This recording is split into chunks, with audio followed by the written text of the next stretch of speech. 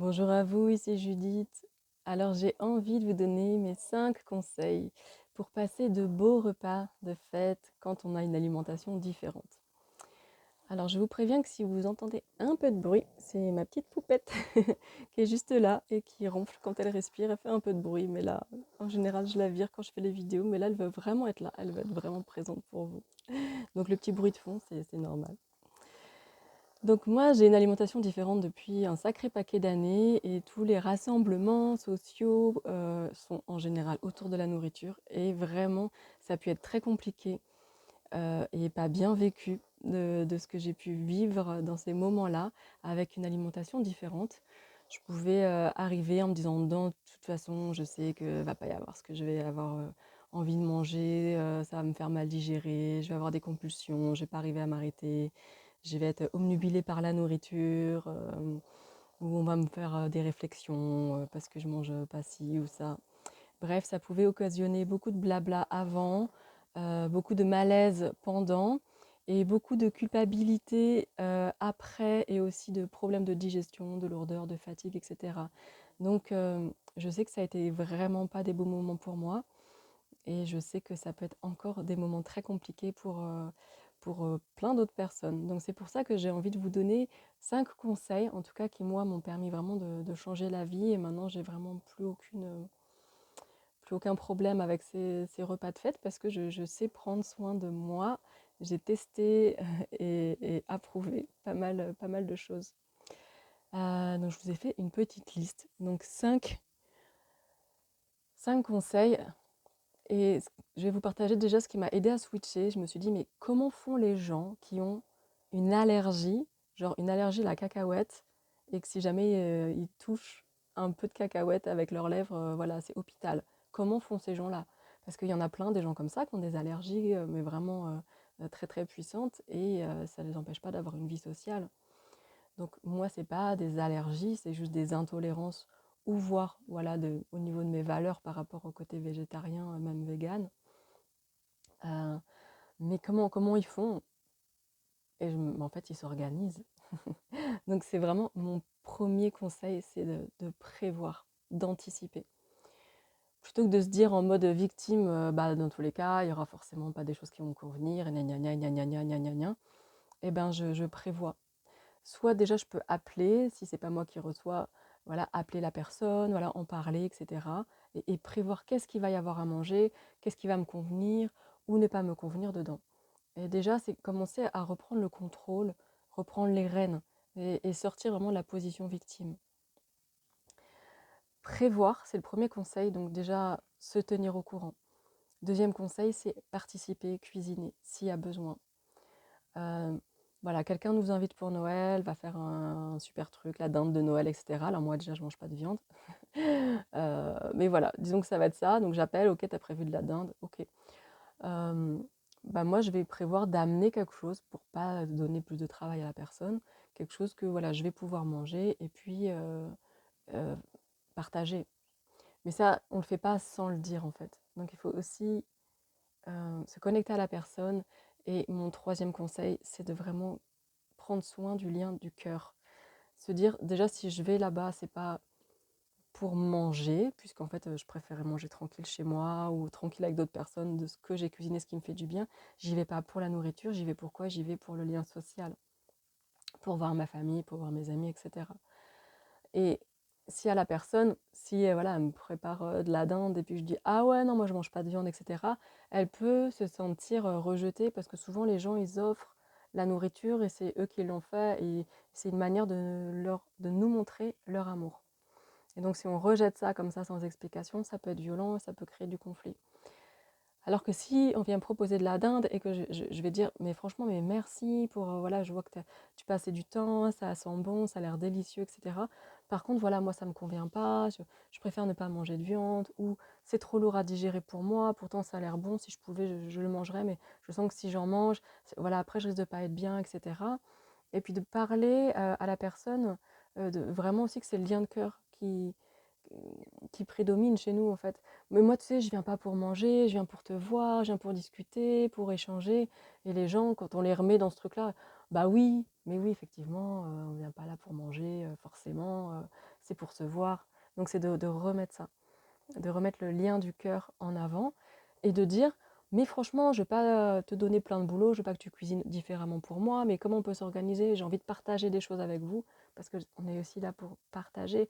Donc moi, je peux amener un plat de légumes, je sais que je vais pouvoir manger sans problème et que je vais bien digérer, et puis on pourra partager, etc., etc. Donc voilà, réorganiser avec les gens qui nous invitent, comment on peut faire pour que tout le monde soit content et que vraiment la personne ne se sente pas rejetée et de garder le lien de cœur. Le quatrième conseil, qui peut vous paraître très bizarre, mais qui moi me change la vie dans ces moments-là, j'ai bien pris conscience en amont que j'y vais pas pour manger en fait. J'y vais vraiment pour une relation sociale. Donc je vais pas arriver là-bas en me disant je vais arriver, je vais avoir faim, il va y avoir plein de trucs à manger qui vont pas me convenir, mais qui vont me donner envie, sur lequel peut-être je vais avoir des compulsions alimentaires. Je discutais avec une amie, elle disait voilà, les chips, elle, c'est une horreur, quoi. Elle pioche dedans et c'est la misère, quoi. Après, elle peut plus s'arrêter. Et après, elle s'en veut, elle culpabilise, elle passe par un bon moment, etc. Donc moi, pour contrer ça, bon, j'ai pas de problème avec les chips, mais je sais que si je commence à grignoter des petites conneries et que j'ai faim, bah, que je vais en manger beaucoup trop par rapport à ce que j'aimerais. Donc pour éviter ça, bah, je mange avant. J'arrive pas en ayant faim. Je prends soin de moi et c'est très bizarre, mais ça change tout. Moi, je sais que ce qui me fait du bien, c'est de la purée en flocons avec du lait de riz, du curry. Moi, c'est une recette parfaite pour moi. Donc je sais que je vais manger mon petit bol de purée avant, ce qui fait que je vais arriver tranquille. Je vais pas avoir faim. Je sais que je vais avoir besoin de picorer un petit peu quand même pour être comblée, satisfaite et rassasiée, mais je vais pas avoir faim. Donc j'arrive, j'ai déjà mangé. Et du coup, je suis tranquille. Tout ce qui est biscuits, apéro, machin, tout ça, bah, en fait, j'en ai pas trop envie. Et puis quand arrivera le plat de légumes, bah, ce sera le bon timing pour moi. Donc voilà, moi, c'est comme ça que je m'organise. Donc vous voyez vraiment pour vous comment ça résonne. L'idée, c'est vraiment de vous donner d'autres manières de voir et puis que vous vous réappropriez votre pouvoir, reprendre vraiment les rênes de la vie, de votre vie.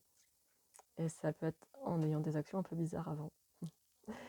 Le dernier conseil, c'est que si jamais pendant le repas de fête, on craque, qu'on mange trop d'un truc, trop d'un autre truc, c'est de déculpabiliser. Parce que déculpabiliser, pour moi, c'est double peine. C'est déjà, je mange quelque chose qui va être lourd pour mon organisme, qui va voilà, lui donner du travail, etc. Et le lendemain, je risque d'être fatiguée, moins alignée que d'habitude, et, gna gna gna, et ça va pas être agréable. Mais si en plus je culpabilise, je sais que c'est encore plus néfaste. Alors que si je ne culpabilise pas, je me dis ah ok, bah, je me suis goinfrée, bah, c'est comme ça, bah, c'est pas grave. Et puis de vraiment accepter la densité qui arrive après. Pour moi, ça a été une révélation. Je referai une vidéo là-dessus beaucoup plus longue pour vous expliquer comment je ne supportais pas la densité, le fait d'être trop lourde, désalignée quand je mangeais des choses non pas ultra digestes pour moi. En fait, pour moi, c'était vraiment un refus de l'incarnation. Que je voulais être tout le temps hyper light, hyper bien, hyper connectée, avec une vibration super haute, etc. Et puis dès que je descendais, ah gna gna gna, gna gna gna, c'est parce que j'ai mangé, etc. Mais maintenant c'est, ok j'ai mangé, et oui en fait, la densité, ça fait partie de l'incarnation. Incarnation égale densité. Et là quand je me sens dense, désalignée, gna gna, je me dis, mais en fait je suis incarnée, c'est ça l'incarnation, c'est ça le jeu de l'incarnation, donc c'est ok.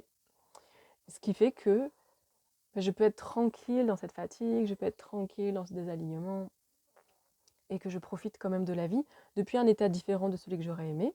Mais en fait, ça m'oblige juste à ralentir, à prendre soin de moi et finalement, tout va bien.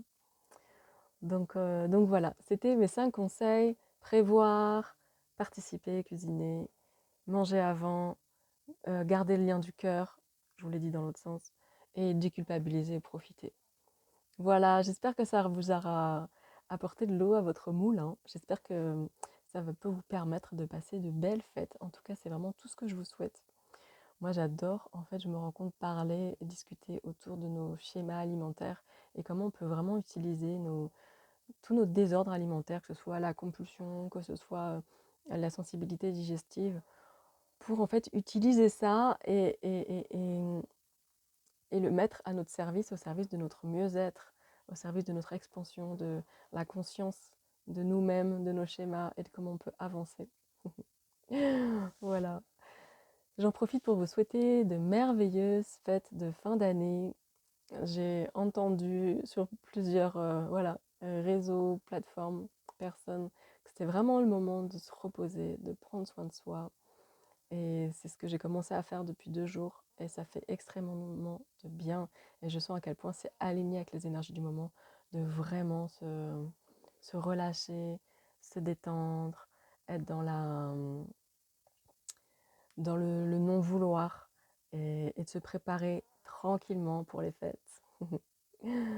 Voilà, je vous embrasse, je vous souhaite de très très belles fêtes, de très beaux moments de reliance avec les autres, mais aussi avec vous-même.